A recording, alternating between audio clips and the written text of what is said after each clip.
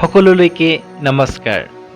এইবাৰ আহক আৰু এটা মূল্যৰ লগত বন্ধুত্ব কৰা যাওক, যাৰ নাম হৈছে আত্মবিশ্বাস। আত্মবিশ্বাসৰ মহত্ব হয় সকলোকে লগা এক মহান অস্ত্ৰ আত্মবিশ্বাস। আত্মবিশ্বাস হৃদয়ত এক শক্তিশালী স্পন্দনৰ অনুভৱ কৰোৱা এক মহান শব্দ। ই এক অতি শক্তিশালী অনুভূতি, যাৰ সঞ্চাৰ হওঁতেই নীৰৱ, দুৰ্বল আৰু উৎসাহীন ব্যক্তিৰ মাজত যেন প্ৰাণৰ সঞ্চাৰ হৈ উঠে। পাহাৰৰ দৰে ডাঙৰ কোনো কাৰ্যই নহওক কিয়, আত্মবিশ্বাসীয়ে তাক স্বীকাৰ কৰিবলৈ দেৰি নকৰে। কিয়নো এজন আত্মবিশ্বাসীৰ নিজৰ শক্তিৰ ওপৰত থাকে পুৰা ভৰসা। এজন ব্যক্তিয়ে এই শক্তিপৰায়ক গুণৰ কাৰণেই কঠিনতকৈ কঠিন প্ৰত্যাহ্বানকো স্বীকাৰ কৰি ল'ব পাৰে। সেয়ে এই গুণক যাদুকৰী পাৰচ পাথৰ বা পৰশ পাথৰৰ লগত তুলনা কৰা হয়, যাৰ পৰশত মাটিও সোণ হয় আৰু পাথৰকো হীৰাতুল্য বনাই দিব পাৰে।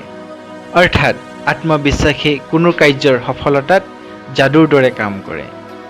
আত্মবিশ্বাস অৰ্থাৎ নিজৰ বা স্বয়ং আত্মাৰ গুণ তথা শক্তিৰ ওপৰত বিশ্বাস ৰখা, নিজৰ ওপৰত পূৰ্ণ ভৰসা থকা, নিজৰ যোগ্যতা বা দক্ষতাৰ জ্ঞান হোৱা আৰু তাৰ আধাৰত নিজকে শক্তিশালী অনুভৱ কৰাটো আত্মবিশ্বাস।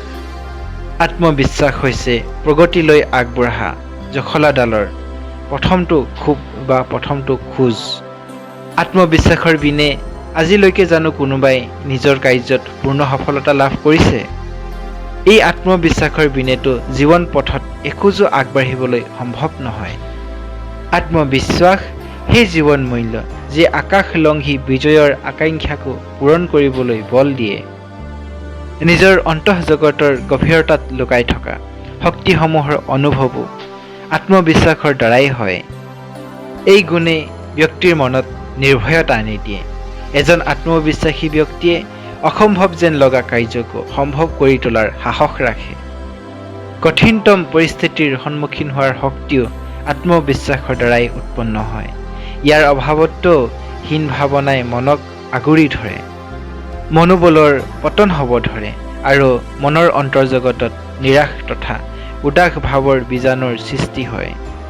কিন্তু ইয়াৰ বিপৰীতে আত্মবিশ্বাস হৃদয়ত বিয়পি পৰা সেই দিব্য প্ৰভা, যাৰ পোহৰত নিজৰ উজ্জ্বল ভৱিষ্যতৰ চিত্ৰখনক পৰিষ্কাৰকৈ দেখা পোৱা যায়।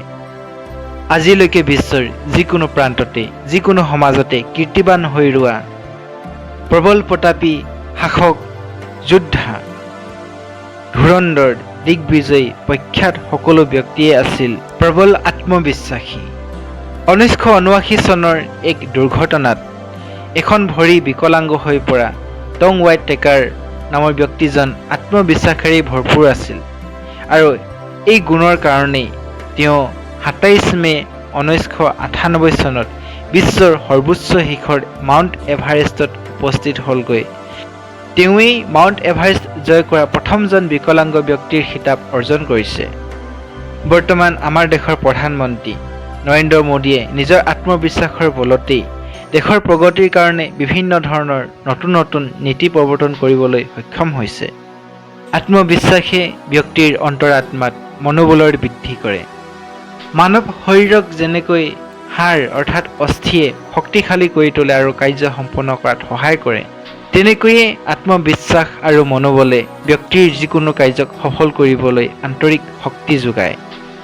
উপযুক্তভাৱে ভৱিষ্যতৰ পৰিকল্পনা কৰিলে আৰু দূৰদৰ্শী হৈ ভৱিষ্যতে প্ৰয়োজন হ'ব পৰা জ্ঞান, বিদ্যা, ধন, জন, শক্তি, সামগ্ৰী আদি অৰ্জন কৰি ৰাখিলে ব্যক্তিৰ আত্মবিশ্বাস অধিক সুদৃঢ় হয়।